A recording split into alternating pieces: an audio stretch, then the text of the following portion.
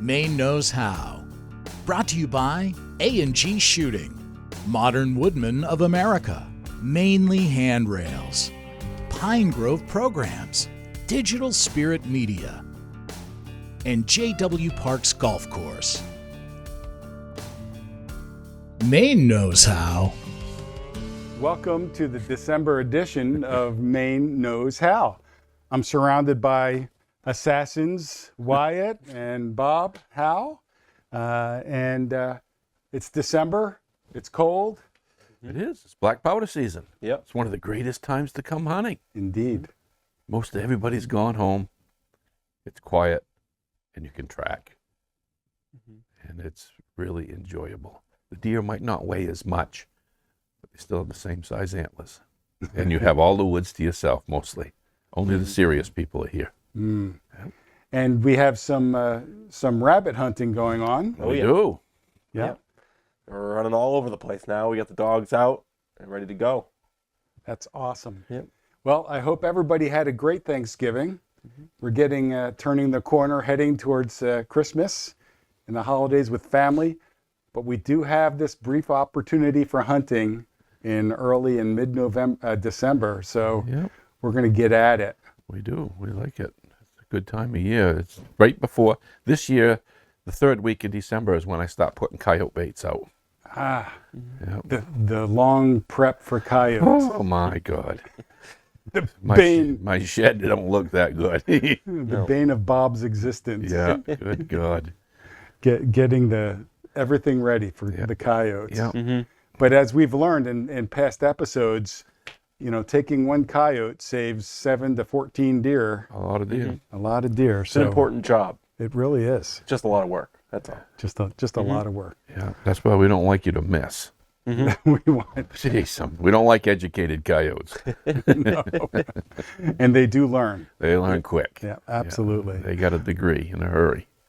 All right. Well, we have a lot more coming up. We'll be right back. Maine Knows How is brought to you by J.W. Parks Golf Course in Pittsfield, a 9-hole facility with a full-service pro shop and driving range offering daily fee golf and membership opportunities. And by A&G Shooting, a brick-and-mortar gun shop offering firearms training and 100% customer satisfaction. And by Digital Spirit Media, providing over 30 years of technical expertise in media production and event production services. Welcome back to Maine Knows How. We have a special guest today, Tenley Skolfield, and she goes way back with the Howes. And she is a very experienced outdoors woman, hunter, and otherwise all the outdoor adventures. And we welcome you to the program. Thank you. It's great to have you. Thank you. And Bob, maybe you can do a little bit more of an introduction. I would. This lady is not just a hunter, but a fisherman. And she had sled dogs and ran a sporting lodge in the Allagash and up north in Maine and lots of different things, and is responsible for lots of women being interested in the outdoors. So it's such a joy to have her here. Maybe you Thanks, can Bob. share some of your experiences with Yeah. us. Yeah. I'd love to, and I'll also kind of elaborate a little bit on Good. how I got involved with knowing you and Wyatt, and it goes back to, I can't remember the year, it would have been around 99, 2000. You had a bunch of moose hunters going out of here, and you needed some upland bird guides. Yeah. And at the time, Malcolm Charles, Yeah, we we were all love it. training dogs, German love short hairs Malcolm. together, yep. And he contacted me and said, Bob Howe up at Pine Grove needs some experienced upland bird guides, Yeah. and would you be able to come? And I'm like, sure. And it was really my first experience working for a sporting camp, because at the time I was running an independent guide service as the crow flies, which I still operate. But so I remember walking in for the very first time into your lodge and meeting you and Andrea, and Wyatt was just a baby on Andrea's hip. So maybe that's an indication, whatever year you were born, but it goes back that far. Wow. But a long time. Yeah, a very long time. And we're still in the And same we're all field. still doing it. So that tells you something. I'm Yeah. not sure what it tells you, but it says something about us. I think we've been successful. We have. Yeah. Yeah, We're still doing it. we are. Yeah. Wow. Tell us about your experience up north. Running a Yes. sporting camp. Yeah. That's a tough job for a lady. It was a little bit crazy, I think, because I remember when I made the decision, I had been working as an administrator at Bowdoin College, which looking back prepared me well to run a sporting camp because I was, I had learned finance and I was actually working in a food service department there and learned a lot about food prep and events and event management and whatnot. So it kind of prepared me well to do that aspect of the business. But I had been there for almost 20 years and I was still kind of young and I wasn't ready to retire. And I had this dream that wouldn't it be neat to run a sporting camp after, guiding for you and seeing others in operation. So I started shopping. And at that time, similar to now, real estate was very expensive. And I looked down east and I looked at Aroostook County because my criteria for owning a sporting camp was that I wanted to own the land and the camp. I didn't want to be on leased land. Right. I wanted to be on the water. I wanted a lodge and I wanted camps, which that's a lot of criteria to fill. And I had to be able to afford it. Yeah. And that's why Aroostook County and Washington County kind of caught my eye because the rest of it was just too expensive. So after shopping, I found Fish River Lodge. It had been a little neglected. The older couple who were running it were ready to retire. And I looked at that as an opportunity to rebuild the business and Nice. improve the facilities. And so I took it on and it Yeah. was quite a project and I really enjoyed it. And yeah, Not easy, is it? no. No, in fact, one of the funniest things my clients would say to me is that they'd love to do this when they retired, run a sporting, Yeah. right? We Or- laugh really hard at that because it's so much work, long days and hard work. But it was probably the most rewarding thing I could have done. And as I would explain to them that it's a lifestyle and it's also an opportunity to redefine wealth. Yep. It wasn't all about making money, but it was about the experiences I created for them and the memories I made for myself. The successes and failures are our own. We have nobody else to blame. And so that destiny is entirely in our hands. So when you were still working at Bowdoin, were you an avid sports person? Always, my whole life. My father, George Schofield, grew up in Harpswell and started duck hunting at the age of 9. At that time, I couldn't even carry a firearm. I'd just go tag along and sit in the duck blind and drink coffee. They wouldn't bring hot chocolate. They told me, like, if you're going to drink, you got to, I'm only bringing one thermos. You got to drink coffee. Loved it. So the next year, That'd be child abuse today. it would probably, right. But I learned to love coffee. Although I add cream and sugar to mine now. But back then, being a 10-year-old little girl, they thought, well, we'll give her a 410.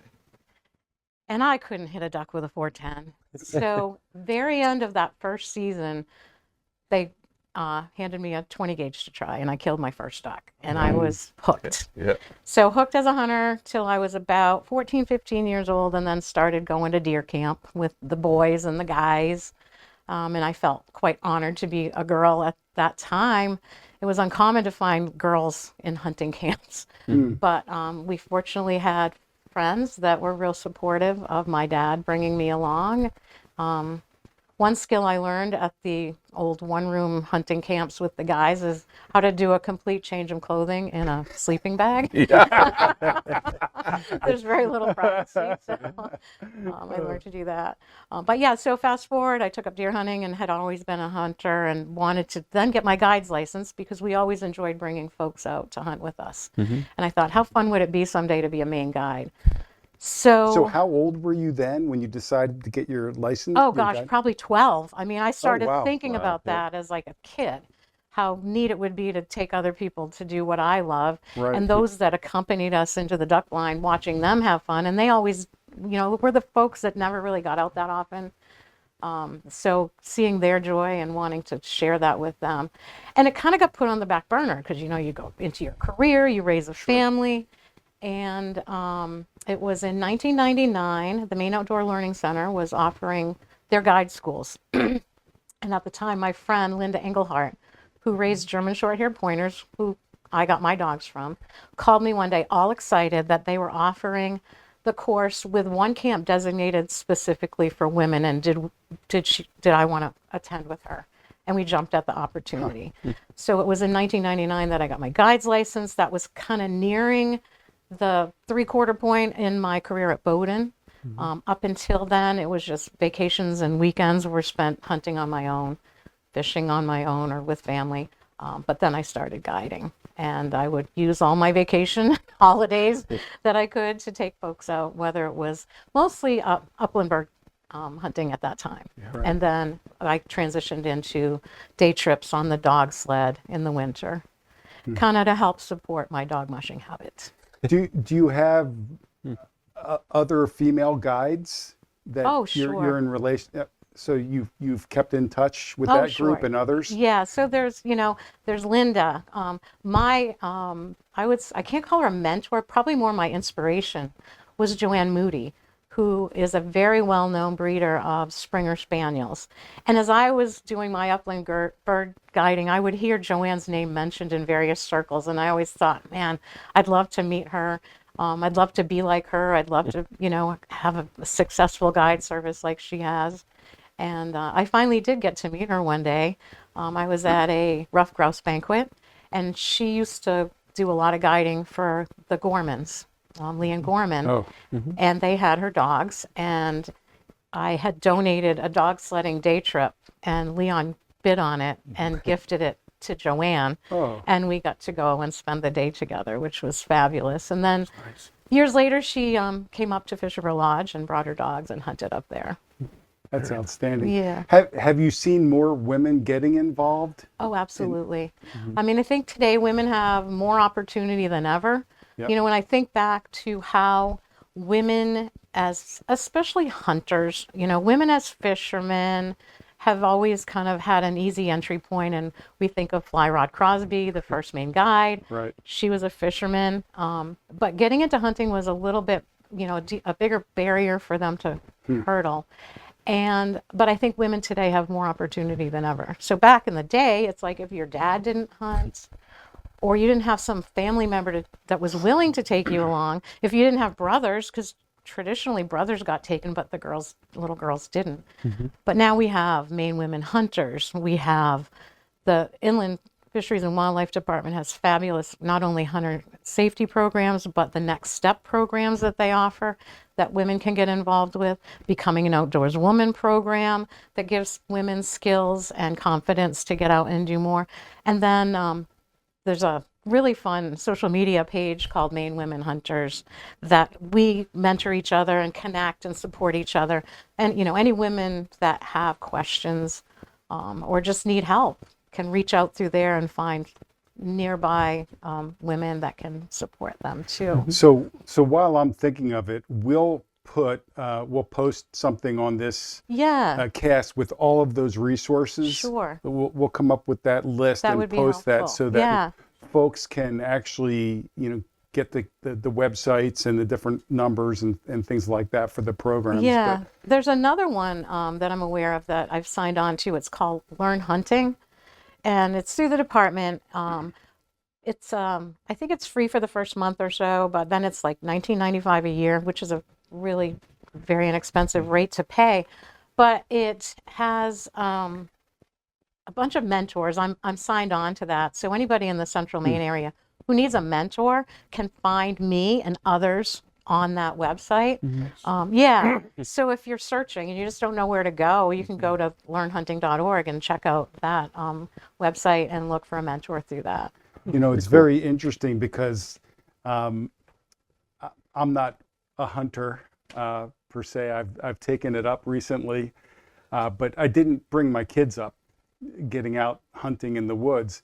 I have 2 daughters and a son, and my 2 daughters have both found their way to become hunters. And one of my daughters is very avid at it, but her husband is very avid, and became a very natural thing for them to go together, because now you didn't have the tension of, Yeah. oh, you're going hunting again for the weekend.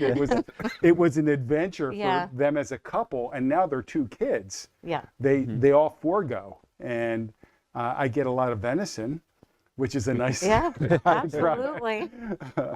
But it's been really exciting to watch her grow. My daughter grow as a hunter, whether it's turkey or deer, and loves her fishing. But it's been a great dynamic for the family as a whole. Absolutely. No, it's a wonderful family activity. And I go back, looking at the history and how this has all evolved. When I went hunting with my dad, it was my dad and I. Mom Right. and my sister stayed home. My sister had opportunity. She just wasn't interested. And so over time, it's become a family affair or a couple's event so that they Right. can share together. And I think the other aspect of hunting that really excites me is the whole movement of eating wild.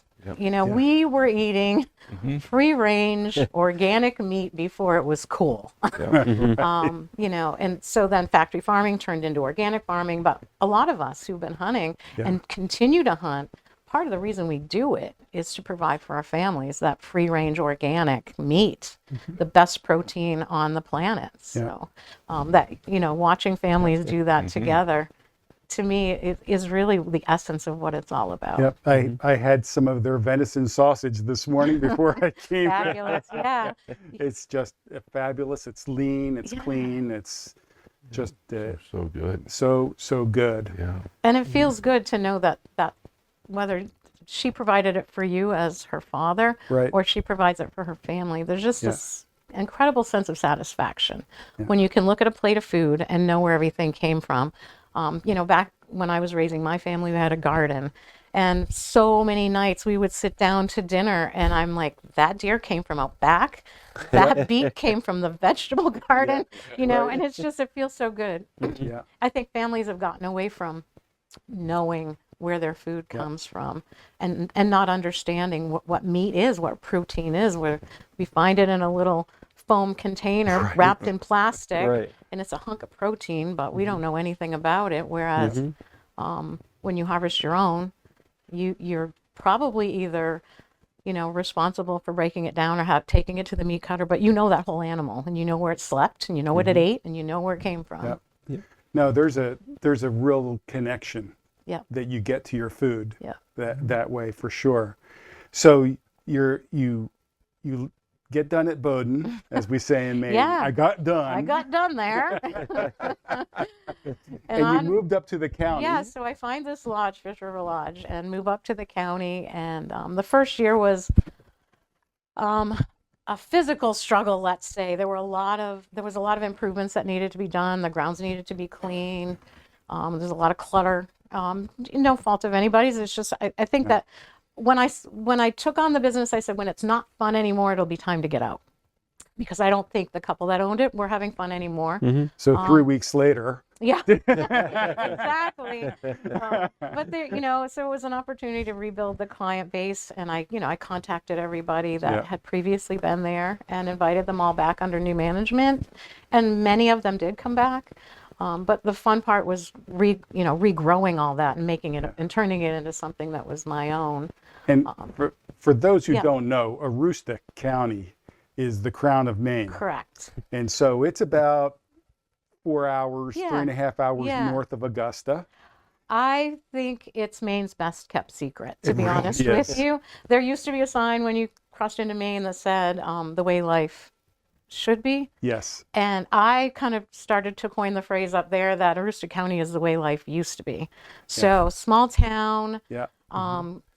small communities, people helping people, neighbors helping neighbors. You broke down on the side of the road, somebody comes along, they're always going to help you. Anybody tries to pay them, they're like, no. And the reason is, it could be me next time. Right. That's the Yep. attitude. I worked up there for several years, and I used to describe it to people as Andy Griffith show in the north. Yeah. It's- No, it is. It's very quaint, and it's easy to romanticize But about it's it. cold. But it's cold. Yeah. Yeah. You got to love winter. You got to. With this movement after COVID of people moving to Maine, some of the Aroostook County pages, and they're like, so what's it like to live in Maine? And the first thing a lot of people say is, be prepared for cold. Yeah, long winters. I was up there the winter that we had over 200 inches of snow, Yes. the flooding that followed. Yeah. But I mean, as far as an outdoor person's paradise, Ugh. as much as I love Central Maine and all of Maine, it really doesn't get any better than Aroostook County, because there's snowmobiling and skiing and ice fishing. And then we have spring fishing and black fly season. I can't forget that. But canoeing and kayaking, you know, and all the summer fun, and then all the fall hunting, and including moose. You know, some of the best moose habitat, if you're lucky enough to be drawn. I always put in for those zones up there because I guided in them. And deer, you know, the deer are coming back, big deer, big bodied, big heavy deer, like you find in the mountains up here. Yep.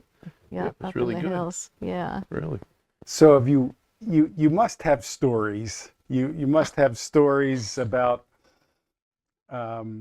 guiding the male counterpart. Yeah. And I have I mean, stories. most people. I have to say though, really, I don't know if it's the way I approached my role as a female guide, but with the exception of very few, like I can probably count on just two hands, the men, which were primarily my clients, Right. men, they were fabulous. And I mean, obviously when they hired me, they knew going into it, they were Right. getting a woman.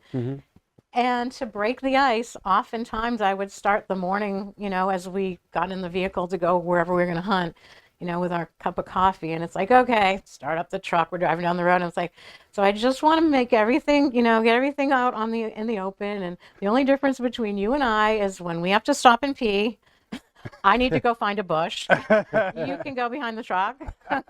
You know, I can sometimes swear like a pirate, but if that's not your thing, I won't. And so, you know, it was just kind of to break the ice and just Right. let them know that we're all on equal footing here. And yes, I'm a female, but the way I approach my work as a guide is really no different than any of the men that I guided with or guided for me.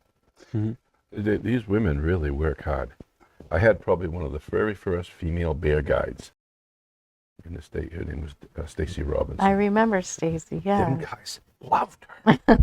they would request her years in advance. We only going with her, and that's all we want to go with. Yeah, and she really did a good job. And We she have took fun. care Yeah. of everything. She was good. It might be the maternal instinct we have as a woman. I don't yeah. know what gives us that little leg up sometimes, but it's true. I said, they don't want to go with them no more. They just want to go with her. And we have fun.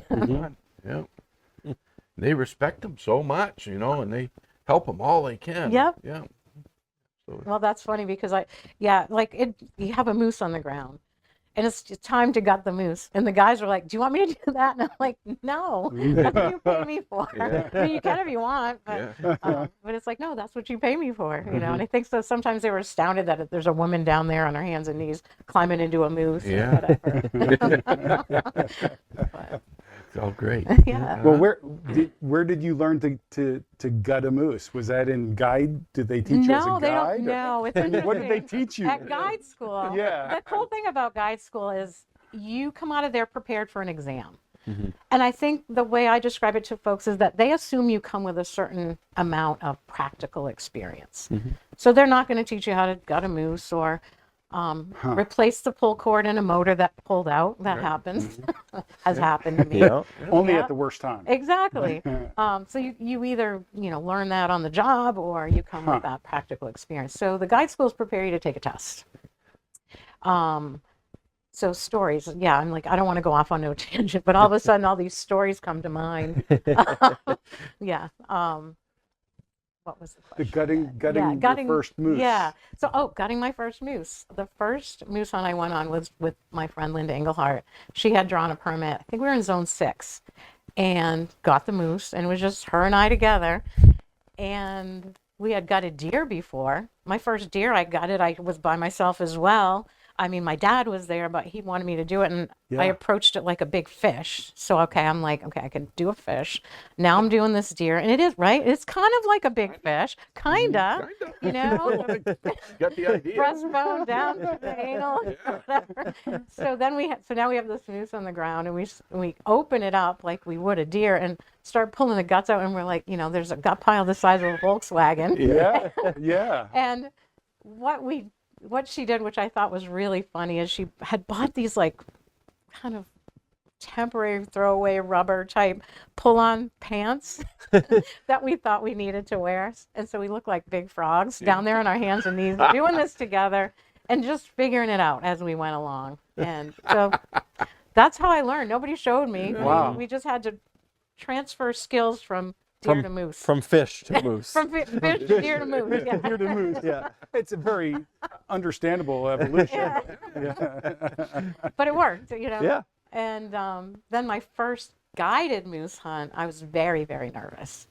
I mean, I didn't really know what I had been doing because I'd been up there, but when I look back, I'm like, I was so green and so naive. I love studying moose behavior. I mean, like running bear baits, you get to interact with wildlife. Being out on a fishing trip or, transporting clients to rivers and ponds, you're seeing wildlife. And I always use those opportunities to study their behaviors and where they were, make mental notes on where I might want to look for them in the fall. And so, learning as much as I could about moose. So we go out on this first moose hunt. They had a muzzle loader. Oof. Yep, and because that's just what they wanted to hunt with. And we tried some calling, and we were actually going from place to place, and there was a young bull standing in the road, and they shot him with the muzzle loader. And this was before I had the big, powerful winches. I thought we might try packing it out. So all I had was a little come along, and I had it in the road, and we ended up loading the moose whole, like people do, with this little Hand come along. Oh my A couple word. inches at a time. Yeah, one Yeah, and done, right? yeah. It's like, we're not going to do this anymore. But anyway, it's like that was the first experience and my first story, but I didn't really have anyone to teach me. And I'll be darned if I'm going to, I can do this and I'll figure it out. And yeah, fast forward. But Well, it's, whether you're male or female, as you age, you start understanding leverage, the concept of leverage Oh, yeah. and winches. and working smarter, Smarter, rather not than harder. And them Yeah. little winches don't work. No, they Do don't. not work. They're I terrible. did the same thing. Did you? I did. I hooked one on at a time. I got it all. His neck just stretched out. Right. His body stretched out. Oh. Up He to hadn't the end. He ain't moved yet. About an hour and a half. He ain't moved. Yeah, I learned about hitching them around the hips. Actually, it's a method I use that I see very few other people do, but I've recommended it to the folks doing it on their own that I've come across. They're trying to load a moose, and I'm like, run a half hitch around its hips because you can reach right under once they're gutted. You can reach right under, and then when you pull it in the rear end, it's right up snug in your truck. Yeah. And that worked really well. Of course, I had a power winch up on the headboard like everybody does now, but All the moose hunters. huh? All the moose hunters. Yeah, all the moose hunters. It's kind of a rite of passage when you're in Maine to be driving down the highway and see a 600-pound moose sticking on the back of somebody's pickup truck, Yeah. flopping as you Yeah. go down the road. Oh, I thought it was cool. One day I was coming out with a moose and ended up behind the school bus going into Fort Kent to tag it. But I mean, the clients felt like celebrities because the kids are all pointing and Yeah, waving, yeah. and it's like only in Aroostook County. Yeah, no kidding. I love that. Aroostook. Every year we do an Allagash trip and we come through them. And they're the most patriotic people ever. Yes. Yeah. You can't go from one American flag to the next without Right. seeing another Every one. community. All of them. Yeah. You don't see that down here. No. No. And the other thing is just pride in what they have. Like Right. nobody has a lot, but everybody takes great pride. The homes are Yep. well cared for. Lawns are manicured. In fact, that was another, quick story. Clients would show up in the summer or spring for fishing or a vacation, and they're like, is there like a town thing where everybody mows their lawns like on Thursday or Friday? And it's like, no, but what I think people did is they get it done for the weekend. Yep. And they wanted their lawn to look beautiful for the weekend so Right. they can enjoy the weekend and go back to work on Monday. Yep. Yeah. They take pride in their properties. Yeah. And I think a lot of that comes from the French orientation. I agree. Because Yeah. the Canadians do the same. The culture is very see all different. this crap like you do in other Well, parts. The it's- Wicked Good Yard. We Yeah. don't have Wicked Good Yards up in the county. No. We do that here. We have a few. I think it's a lot the weather, though. I mean, the winters are so you've got to get your yard prepared Yeah. for the winter, and winter's about 3 weeks earlier up there. It's before Thanksgiving. And then 3 weeks Then longer on the it's other on end. the other side. Yeah. Yeah, and 3:30 at night it's dark, and so you have such limited time. If you're running a lodge, oh my goodness. Well, I and then the mean, snow never melts. Like right. the further south you go in Maine, there are counties where it gets above freezing. Up there, you could go 2 months and it never gets above freezing. So whatever snow, what an inch of falls on Monday and 3 inches on Wednesday, and then 6 inches on Friday, and you've got another foot of snow. You know, suddenly it piled up because nothing melted off. Right. And so that's the other thing that's different. And oh yeah, another quick story about plowing snow. First time, snowstorm, and everybody plows their whole yard. Yep. They don't plow a driveway, they plow the whole yard, and I didn't understand why until I had to plow snow that winter, and then you run out of places to put it. Right? Right. That's why. Plow the whole yard. Yeah. It just piles up. Yep. Yeah. You got to push it and push it. So what do your hunting activities look like today these days? Mostly personal, Yeah. and then mentoring and helping others, taking kids out, grandkids out. My granddaughter asked, what do you want? I asked her what she wanted for her birthday, and she said, I want to go deer hunting. So, Oh, yeah, sweet. off we go. nice. She's, The tradition church, continues. Whatever. Yeah. So those are the kind of things that I do now. Like I said, less guiding. Been there, done that, loved it. Right. But it's just time. I think we give of ourselves. We give so much of ourselves, and Yeah. I love to hunt and fish, and so I kind of go back to now. It's a little bit of my time. That's good. That's good. Yeah. Yeah. So a little bluebird whispers in my ear that you've done the Can-Am sled race Yeah. in the past. What's that all about? Wow. Let me relate it to hunting, Okay. and we'll get there. So back in the day, my very first German Shorthair I got from Mary Meeting Kennels and Blaine and Patty Carter. And for fun, we assembled a dog team, and Patty and I would take turns racing in the sportsman's class of the sprint races all over New England. And it was great because we'd come out of bird season, and this was a great way to keep them in shape all winter. And we had a blast doing it. But I found that sprint races, little 4-mile races, 15 minutes on the sled wasn't enough. So I started going off on my own and doing longer runs. And one thing led to another. And what's the phrase? It's easier to ask forgiveness than permission. Yes. So I ended up with 12 sled dogs and 3 German short-haired Yeah. pointers. But I started doing mid-distance racing all over New England, and 30, 60-mile races. But always on the horizon was looking at that 250-mile race in Fort Kent. It's the Can-Am Crown of Maine, Right. the ultimate. It's an Iditarod qualifier. So I began training for that like 2 years out through my racing season, taking people for sled dog rides and training for this 250-mile race. And really my goal, because it is a grueling race, Yeah. folks who have run the Iditarod even say that the 250 is so hard because you never have time to get into a run rest rhythm with your dog team. There's 14 hours of required rest over 250 miles. So for a rookie, just finishing the race is a feat in and of itself. So that was my goal. I just want to finish. The only reason I'm not going to finish is if the rules require me to drop out, which would be either I had to eliminate dogs from my team that were sore or just not having fun, or I fell so far behind the race that I was no longer competitive, and then they asked me to quit. So that's the approach I took. And the year I raced, it was 2003. It just happened to be one of those years. It was cold and windy and we had snow. I think we started with a field of 25 teams and there were only, I think, 13 of us finished. Myself, John Coletta from Fort Kent, and Andy Chakamakis. The three of us, we were all about the same age, and we called ourselves the Three Musketeers by the end of the race because by the midway point in Mayback, we're like, we're not racing, we're just finishing. Because there were so many teams that had dropped out, and we just all kind of left the checkpoints together, ran from, at that time, Mayback checkpoint in the North Maine woods into the village of Allagash and stayed over there and then back to Fort Kent. And I was rewarded with the most beautiful aurora borealis the night I finished. It was probably 2 o'clock in the morning.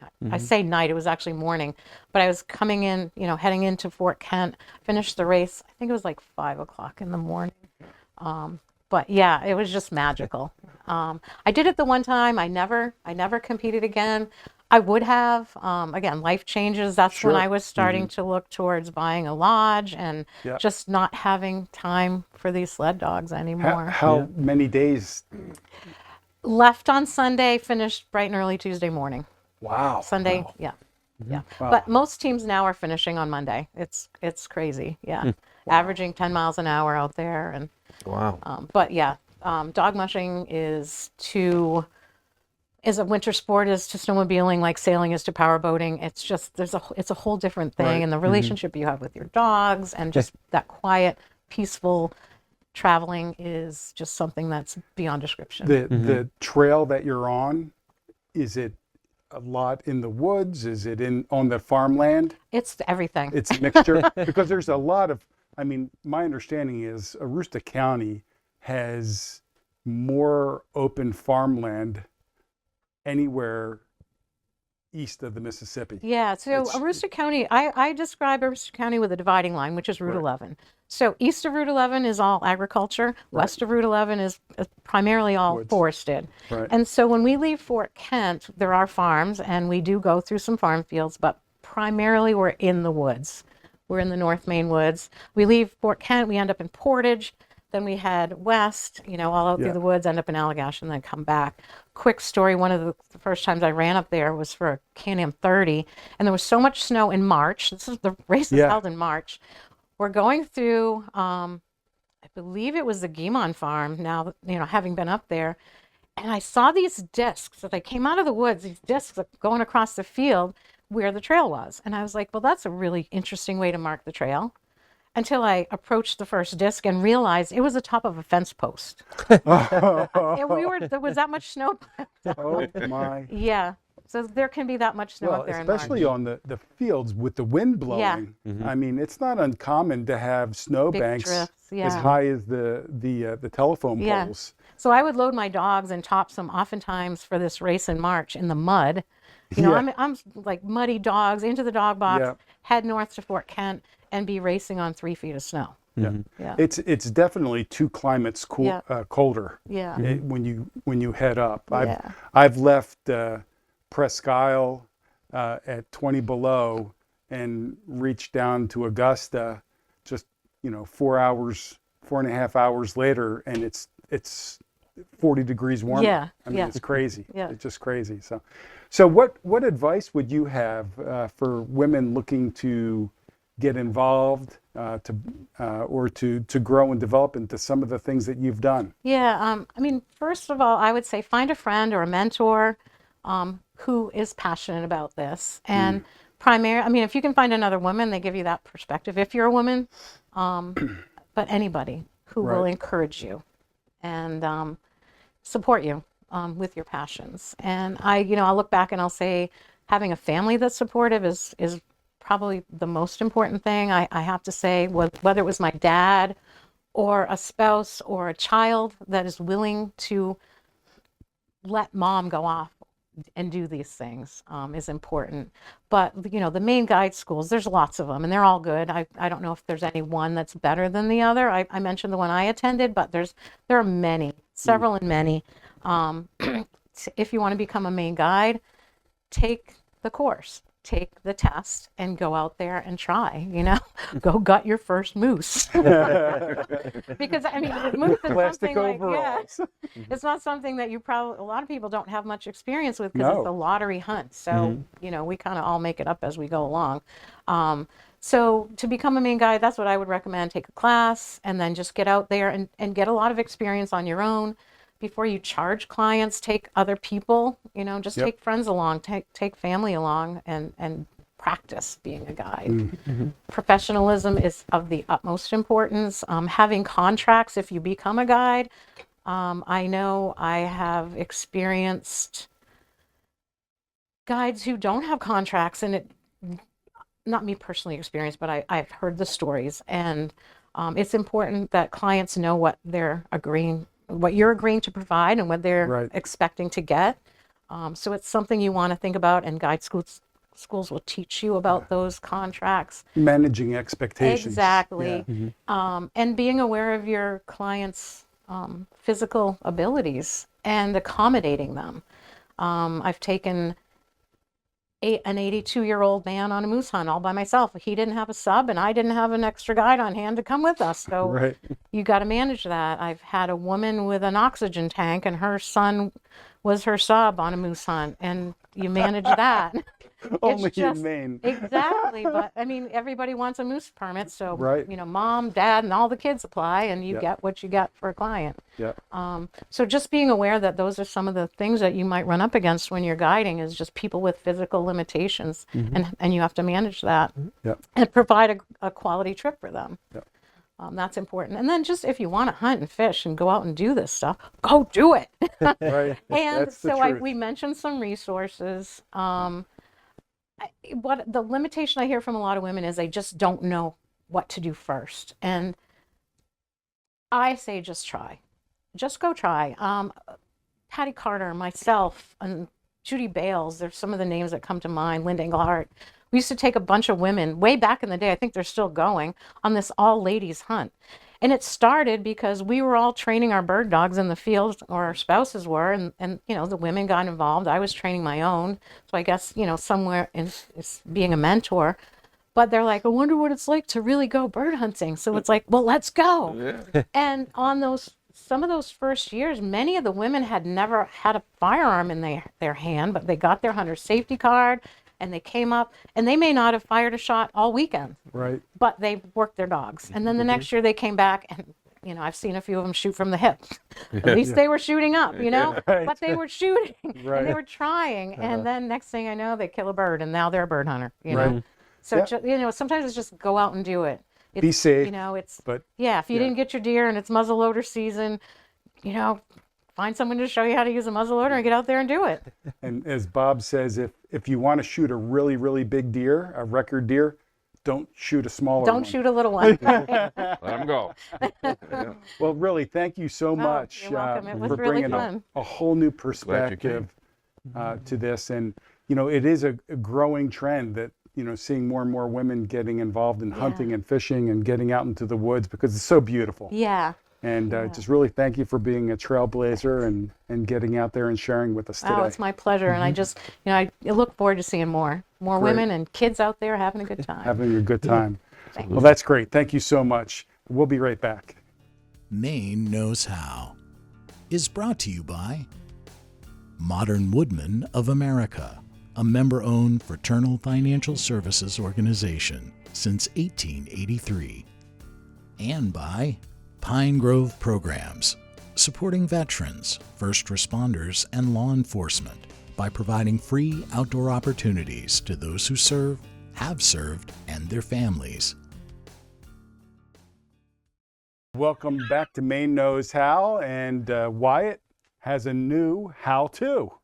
Yeah, so this month's how-to, this is December, and this is the time you have to get ready for the ice fishing season. It's coming up. Most places don't have enough ice for you to go out safely. So we're tying flies and doing other things. One of the things we can do is get our ice fishing tip-ups ready. So what I like to do is I take all of our tip-ups because we have quite an array and just peel out all the line that I spooled up when it was 30 below and my hands were frozen and everything was icy. And, you know, at the end of the day, you're not taking the time to properly spool those neatly, and it's all full of ice. Well, then you put them in the bag and you stick them up in the attic, and all the ice melts off of them, and now the line is all limp. And then if you just leave it there and you don't take the time to go through and fix that, when a fish is running with it, sometimes it'll get caught up on itself. It'll be like a bird's nest. And so one of the first things I like to do when I start getting ready to go ice fishing is to take all my line, peel it all out, and re-spool it, and then change and check all of my swivels and my hooks and my leaders and all of the stuff to make sure that it's all ready to go. Another thing that I like to do is, if they need it, maybe give the actual wooden parts of the ice fishing tip-ups a coat of like polyurethane or varnish, and it prevents some of the water from soaking into the wood, and it stops all the ice from like freezing on it quite as hard, so it's easier to break it off. Well, that's some great ideas, some great tips, because we do face some pretty harsh conditions when you're putting those traps away. Yeah, I mean, I've seen, when I'm checking them, I've seen them spooled backwards where it froze, and then they go, oh, it must be going this way, and they go that way. And that does not help your catch rate at all. No, and I'm just looking back at and remembering the bird's nests I've had the first day out, and I was wondering why and how that happened. Exactly. Yeah. Yep. So thanks for setting me straight. We'll sit down and we'll do them all together. We'll do them together. Yeah. Okay, great. Yeah. Okay. Well, Dad, you got a story for us this month? Well, yeah, I probably can find one. Yeah? You know, this is not really a story, but it's something that happened. While I was on the board for the Sportsmen's Alliance of Maine, I got an opportunity to meet a fella named Dale Crafts. And he's a pastor and a sportsman. So we got talking a little bit, and then I told him about the program and what we do. And he was on there for a year or so. And then he said, Bob, I'm going to do something for the program. I'm going to jump out of it, and now Dale's in a wheelchair, right? So I'm going to jump out of an airplane for the program. We're going to have a fundraiser for you. So he went around all over having people sponsor him to jump out of an airplane in Millinocket. So I went, and there was a lot of people there that come to see him do it. And Brad Farron went as well, and he jumped out of an airplane too for the program.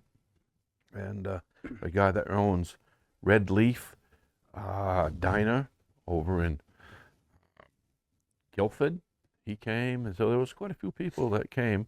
But he jumped out of an airplane, out of a wheelchair. Unbelievable. For the program. Yeah, so we'd like to say thank you very much, Dale. Yep. Yeah. Where there's a will, there's a way. Yeah, and He said, if you want to do something, figure out a way. Exactly. He says, I know what the program is, and this is my way of giving back. Well, it is, Bob, certainly a worthy cause. Yeah. And we ask all of you to keep Pine Grove programs in your thoughts. We are approaching the end of the calendar year, and if anybody's interested in making a contribution, they are tax deductible, and we'll give you a receipt for any contribution you make. So please keep us in mind for that.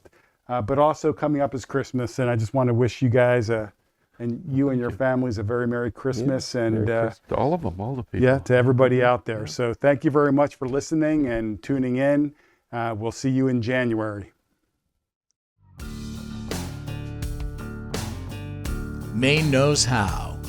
Brought to you by A&G Shooting, Modern Woodmen of America, Mainly Handrails, Pine Grove Programs, and J.W. Parks Golf Course.